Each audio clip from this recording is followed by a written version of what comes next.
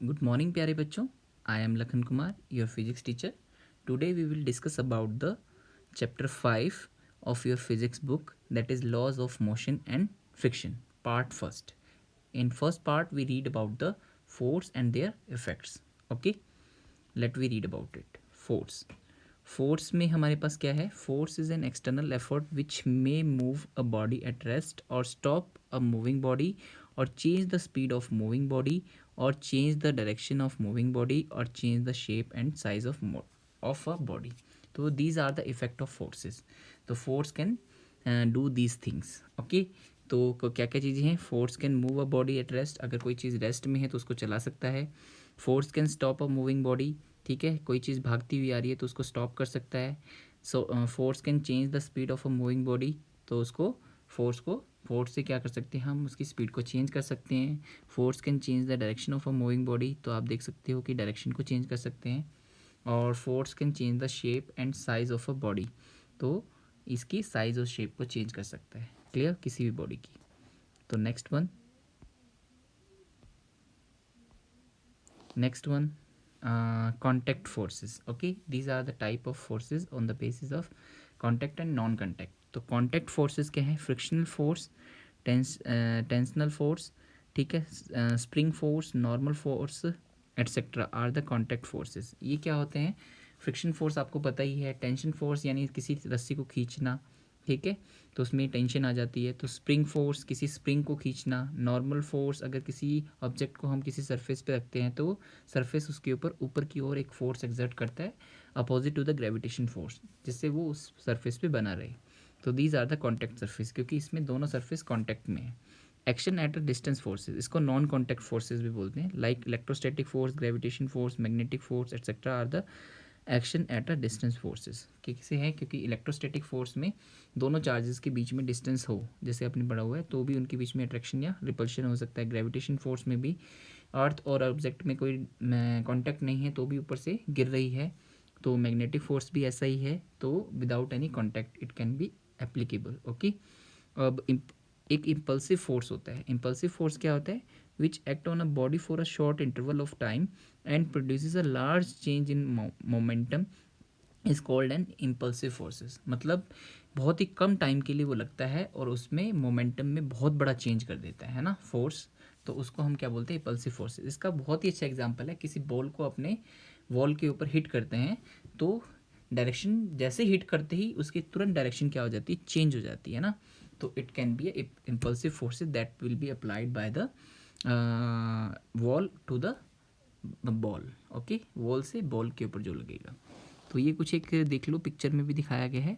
Force is the push और pull that the causes and change of motion of an object. Okay, तो earth के around जो है वो मून रोटेट कर रहा है, that due to the gravitation force.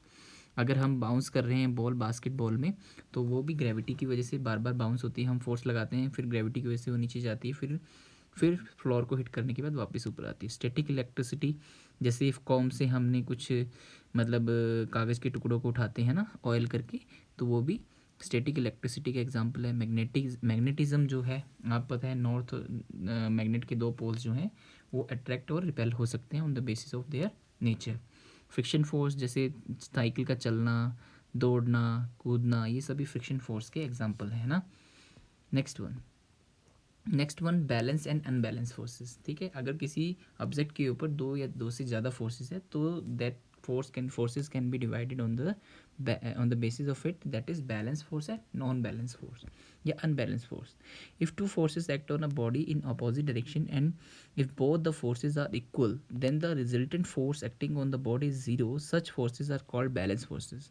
Balance forces cannot change the state of rest of और motion of a body. Okay, अगर किसी ऑब्जेक्ट के ऊपर दो फोर्सेस हैं और जो कि अपोजिट डायरेक्शन में होंगे और दोनों का मैग्नीट्यूड सेम है, तो इस कंडीशन में क्या होगा?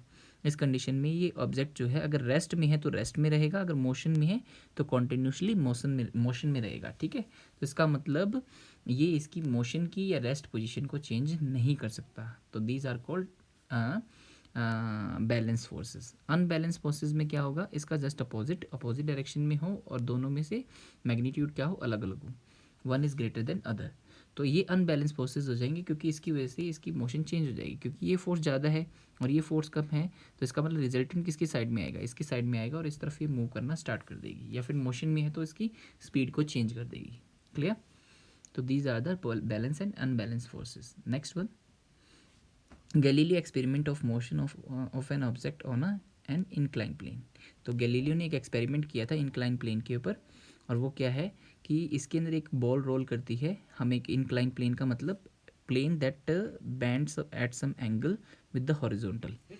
ठीक है, तो उसका मतलब क्या होगा कि ये बॉल जो है इसके ऊपर रोल करके डाउन आएगी और फिर इसके ऊपर वापस बढ़ेगी। ठीक है, तो इसका मतलब क्या हुआ कि ये इसके ऊपर चलती रहेगी। तो लिखा हुआ है when a marble rolls down an incline plane its velocity increases and when it goes up on a second inclined plane its velocity decreases.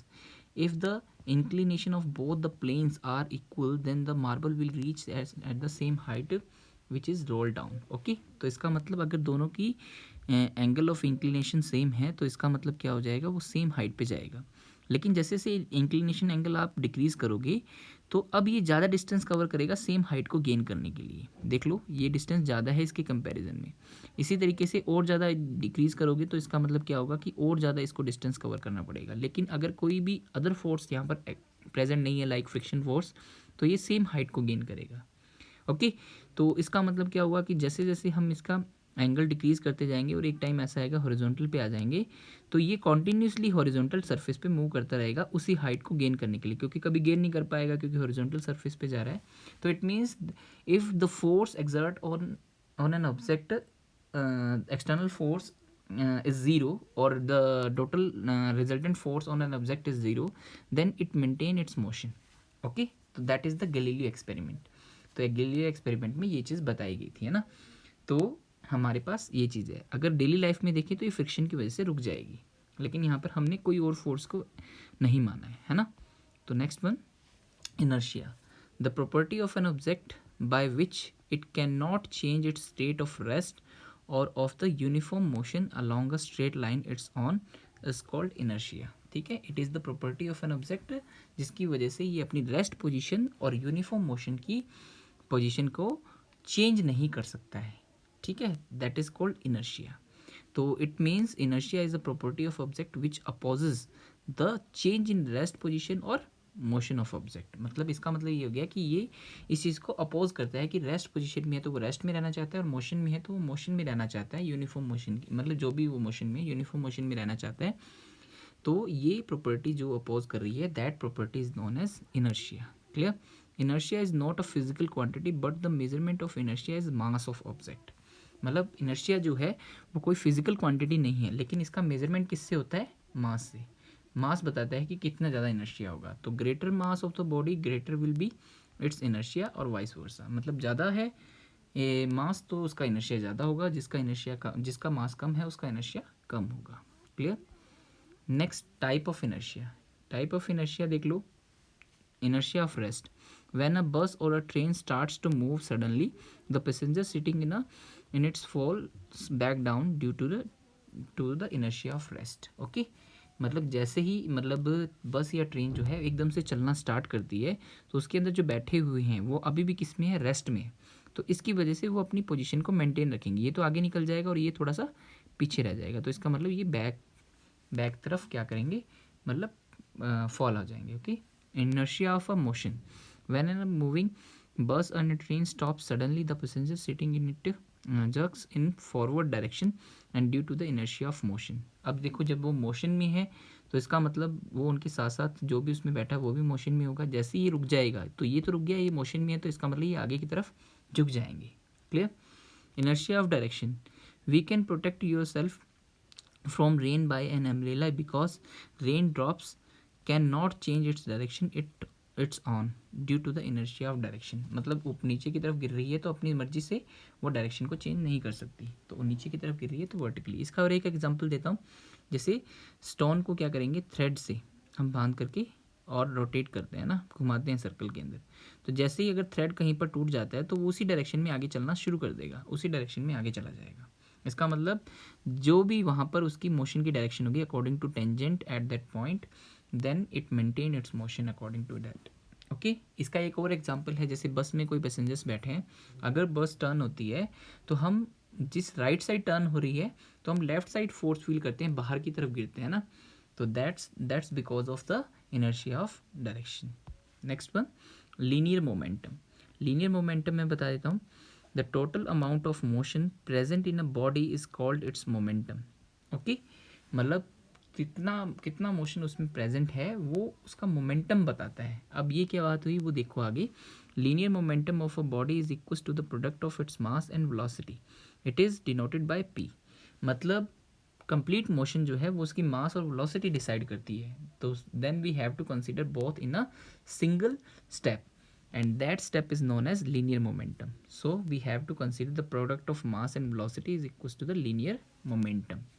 It's ऐसा unit is KG metre per second, क्योंकि मास का KG होता है और you का speed का होता है metre per second. Dimensional formula m1l1t-1। It is a vector quantity and its direction is in the direction of velocity of body. ये वेक्टर क्वांटिटी है जिसकी डायरेक्शन वेलोसिटी की डायरेक्शन में, इसकी डायरेक्शन में होगी, है ना, क्योंकि मास तो हमारे पास स्केलर क्वांटिटी होता है। तो ऐसी ज़रूरत क्यों है कि इन दोनों का प्रोडक्ट करने की ज़रूरत क्यों है किसी की मोशन को रिप्रेजेंट करने के लिए, क्योंकि मोशन का कंप्लीट इम्पैक्ट जो है वो कौन बताता है, मास और वेलोसिटी टुगेदर बताते हैं, अकेला नहीं बता सकता। इसके एग्जांपल्स देख लो, a truck moving at a very low speed can kill a person standing in its path because of the heavy mass of the truck. मतलब अगर स्लो स्पीड से भी है तो वो एक पर्सन को किल कर सकता है क्योंकि उसका मास बहुत ज़्यादा है, तो दैट मीन्स मोशन अभी भी ज़्यादा है। A bullet of small mass when fired from a gun can kill a person because of a large velocity of bullet। ठीक है, तो आपको पता ही है बुलेट का मास तो कुछ भी नहीं होता, बहुत कम होता है, फिर भी वो एक पर्सन को किल कर सकती है because they are large velocity.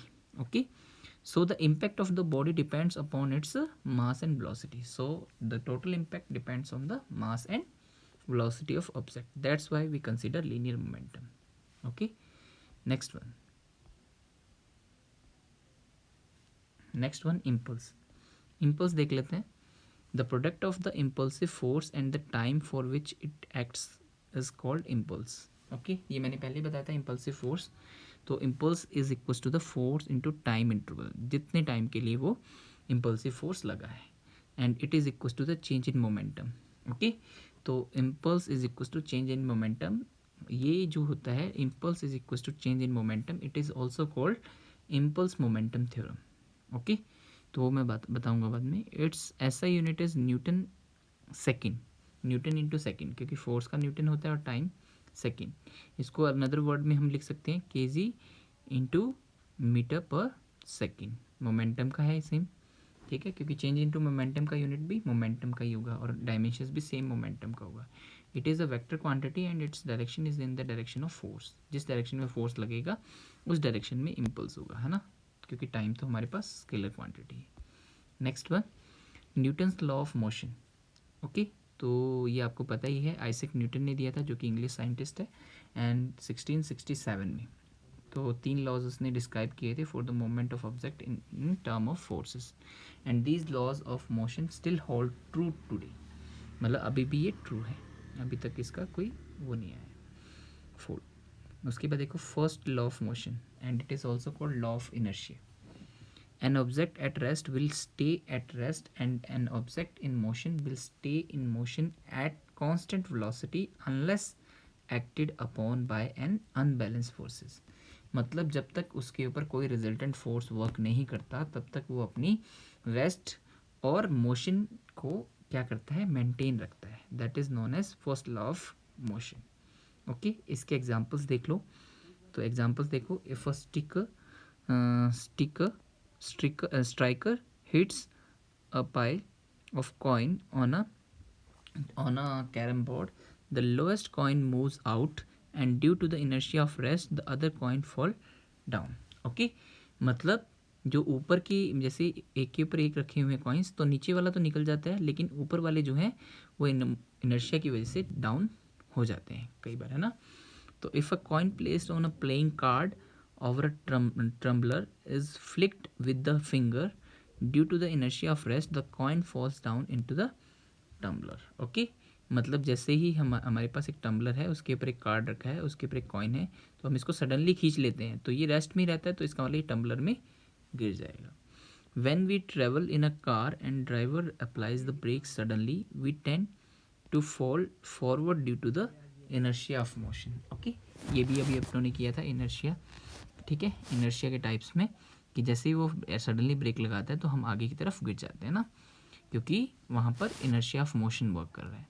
इसके बाद we are standing in a bus and the bus begins to move suddenly, we tends to fall backward because our foot in contact with the floor of moves forward, but the upper part of the body continuously to the remain at rest due to the inertia of rest। ये मैंने पहले बता दिया था कि जैसे हम बस के अंदर खड़े हैं तो इसके अंदर क्या होता है कि जैसे ही वो चलना स्टार्ट करती है तो फुट तो मोशन में आ जाता है, लेकिन अपर पार्ट जो है वो अभी भी रेस्ट में है, तो वो पीछे रह जाता है।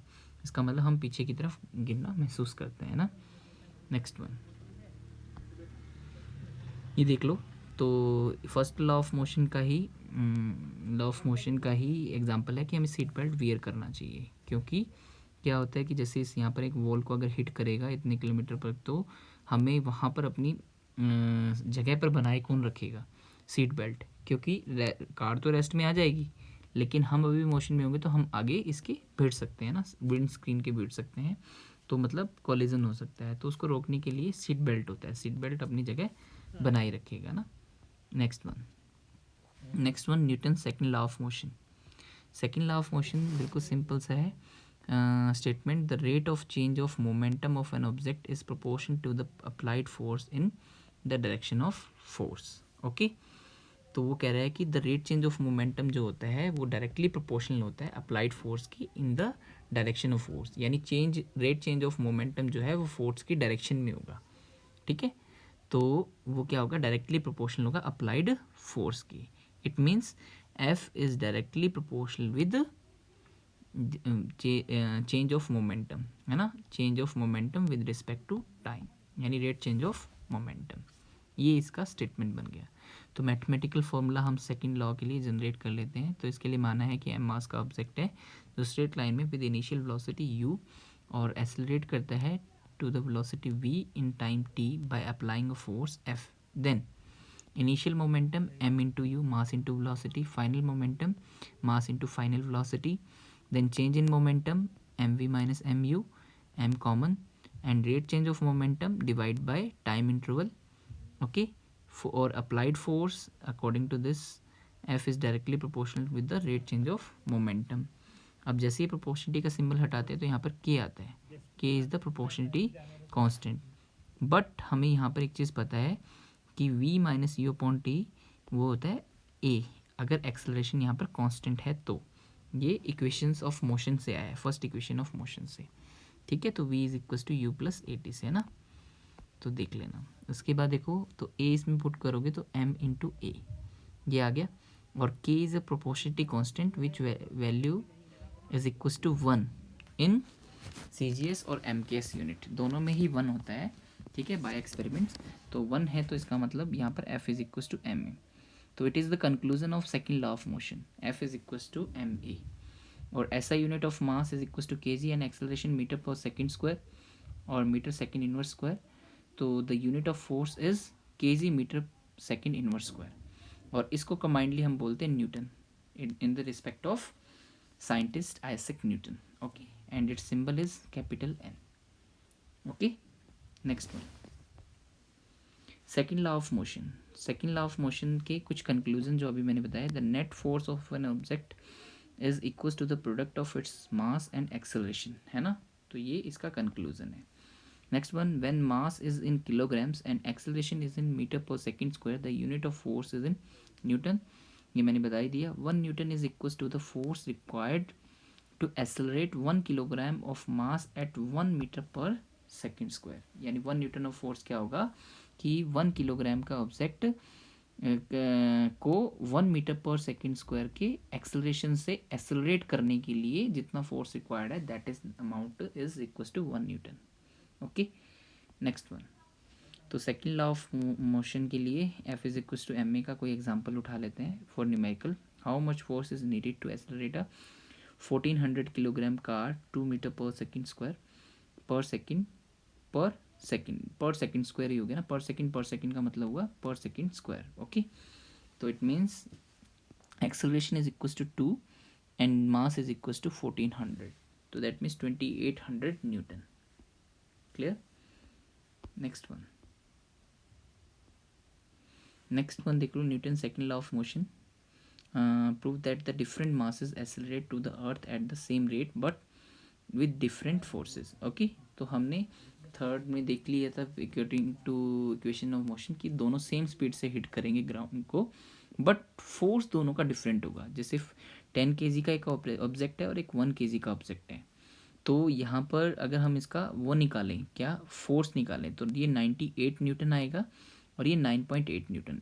F is equal to M G से, एम ए है ना, A is equal to G, क्योंकि ग्रेविटी एक्सेलरेशन है ना.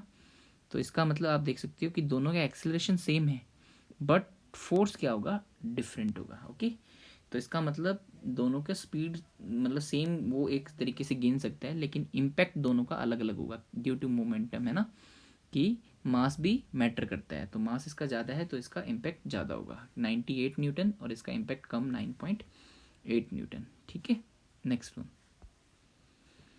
Newton's third law of motion. तो देख लेते हैं. Newton's third law of motion state that to every action there is an equal and opposite reaction and they act on the different bodies. Okay, मतलब हर action का एक reaction होता है बट वो दोनों अलग अलग बॉडीज पर वर्क करते हैं. तो वो मैं बताता हूँ. According to Newton, whenever object A and B interact with each other, then they exert forces upon each other. When you sit, for example, when you sit in your chair, on your chair, ठीक है, और your body exert downwards force action, तो आपकी body नीचे की तरफ chair पे force लगाएगी, और and on the chair and the chair exert an upward force, that is the reaction. Clear? Reaction of your body. तो आप देख सकते हो कि आपने एक्शन किया, तो एक्शन का मतलब क्या हो गया कि बॉडी किसके ऊपर लगा रही है, चेयर पे. तो इसका मतलब चेयर पे एक्शन हुआ और आप पे रिएक्शन हुआ. तो एक्शन एंड रिएक्शन दोनों अलग अलग बॉडी पे होते हैं. तो ये दोनों इक्वल अमाउंट के होते हैं. इक्वल एंड अपोजिट का मतलब इक्वल अमाउंट के. तो दैट्स वाई टोटल फोर्स जो है वो किसी भी बॉडी के ऊपर जीरो नहीं है ना. सिस्टम का टोटल फोर्स जीरो है बट वहाँ पर मतलब एक बॉडी के लिए वो ज़ीरो नहीं है ना.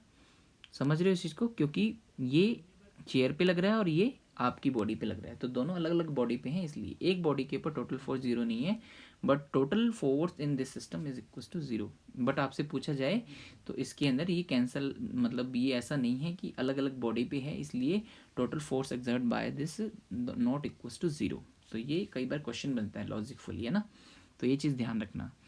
और सेकंड थिंग, एक्शन और रिएक्शन दोनों एक ही टाइम पे प्रेजेंट होते हैं. ऐसा नहीं कि एक्शन पहले आया रिएक्शन बाद में हुआ. एक्शन और रिएक्शन दोनों सेम टाइम पे प्रेजेंट होते हैं, इसलिए हम ये डिसाइड नहीं कर सकते कि एक्शन क्या है और रिएक्शन क्या है. ठीक है, हम किसी एक को एक्शन मान सकते हैं और दूसरे को रिएक्शन मान सकते हैं. Clear? Next one, example of action and reaction. देख सकते हो, when a bullet is fired from a gun it exert a force, forward force action on the bullet and the bullet exert an equal and opposite force on the gun reaction and the gun recoil. Okay, जैसे bullet आगे की तरफ fire होती है तो उतना ही reaction बाद पे पीछे भी होता है, इसलिए गन हमेशा बैक जाती है ना. जैसे फायर करते हो तो वो बैक जाती है. क्लियर? इसी रिकॉल भी बोलते हैं, recall velocity of gun. When a sailor jumps out of a boat he exert a backward force of the boat action and the boat exert an equal and opposite force on the sailor reaction, है ना. तो जब भी वो आगे की तरफ जाता है तो मतलब ये तो यहाँ कूद जाएगा लेकिन बोट भी उतने ही फोर्स से पीछे हो जाएगी. Clear? Next one, conservation of momentum. Conservation of momentum. The law of conservation of momentum states that the sum of the momentum of two objects before collision is equals to the sum of momentum after collision, provided by there is no unbalanced acting on them, forces acting on them. ठीक है, ये चीज़ ध्यान रखना कि conservation of momentum, then that is the whole momentum of the system remains constant. Okay, ये इसका मतलब क्या है कि जैसे दो चीज़ें आपस में कोलाइड कर रही हैं, ठीक है, टकरा रही हैं, तो इसका मतलब कंप्लीट सिस्टम क्या होगा, दोनों बोल्स को मिला करके। तो total momentum is equals to constant, it means change in momentum for the whole system always equals to zero, पूरे सिस्टम के लिए। तो इसलिए कहते हैं कि मतलब ये हुआ ना कि मतलब ये चेंज इन मोमेंटम ज़ीरो कब होगा, कि कोलिजन से पहले जितना टोटल मोमेंटम था सिस्टम का उतना ही कोलिजन के बाद भी हो, तभी वो कांस्टेंट रह पाएगा। This means that the total momentum of two objects is unchanged और conserved by the collision. Okay, अगर उनके पास कोई एक्सटर्नल फोर्स नहीं है, सिर्फ उनका बीच का इंटरेक्शन है जो एक दूसरे से टकरा रहे हैं वो। ठीक है, इसके अंदर एग्जांपल बता दिया कि ये दोनों ऑब्जेक्ट हैं और ये यू ए और यू बी वेलोसिटी से मूव कर रहे हैं। तो जैसे ये कोलाइड करते हैं तो आफ्टर कोलिजन इनकी वेलोसिटी वी बी और वी ए और वी बी हो जाती है। ठीक है, ये यहाँ नहीं, वी ए और वी बी हो जाती है ना, तो दोनों की वेलोसिटी चेंज हो जाएगी। तो इंट्रैक्शन फोर्स क्या होगा, एफ बी ए इसके ऊपर और एफ ए बी, ये एक दूसरे के ऊपर फोर्स एक्सर्ट करेंगे। ठीक है, force on B due to A and force on A due to B, ये इसका हो गया और ये इसका हो गया। Clear. If two balls A and B of masses ma and fb are trailing in a straight line with initial velocities ua and ub and ua is greater than ub, the two balls will collide with each other and during collision at a time t, मतलब time interval collision का कितना है, t है, and ball A exert a force FAB on ball B and ball B exert a force FBA on ball A. If VA and VB are the velocities of balls A and B after collisions, okay, then the momentum of ball A before and after collision are MA UA और MA VA। ठीक है, आप देख ही सकते हो कि इसकी initial velocity ये है और मास ये है, तो इसका इनिशियल मोमेंटम ये होगा, और आफ्टर कोलिजन इसका वेलोसिटी VA है और इसका MA मास है, तो इसका मतलब टोटल कितना हो गया MA VA। और B के लिए इनिशियल क्या होगा MB UB इसके अकॉर्डिंग, और इसमें MB VB फाइनल, मतलब आफ्टर कोलिजन। क्लियर। तो देख सकते हो the change in momentum of a ball A during collision कितना होगा, final momentum minus initial momentum.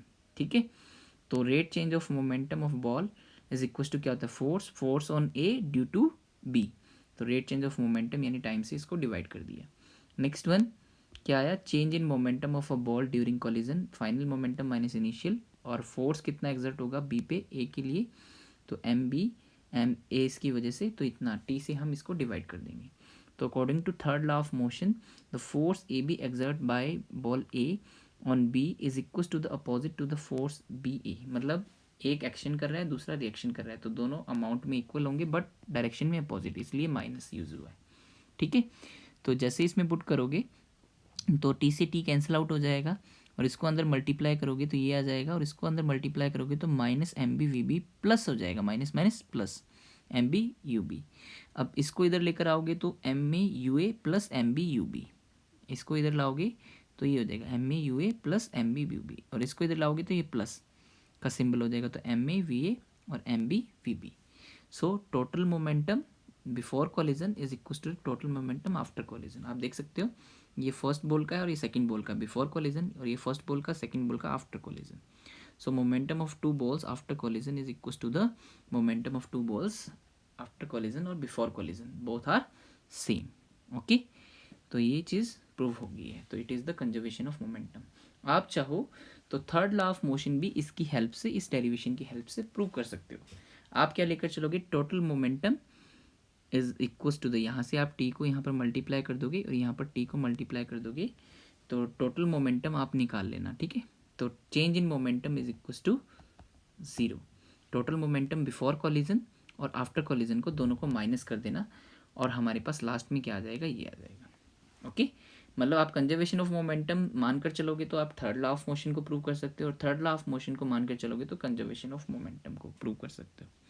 Clear. So this is the derivation of conservation of momentum. Okay, so this is the knowledge of part first of your chapter laws of motion. In next part we read about the equilibrium of concurrent forces and some basic forces and friction force. Clear. Thank you. If you have any kind of doubt then you can ask me later.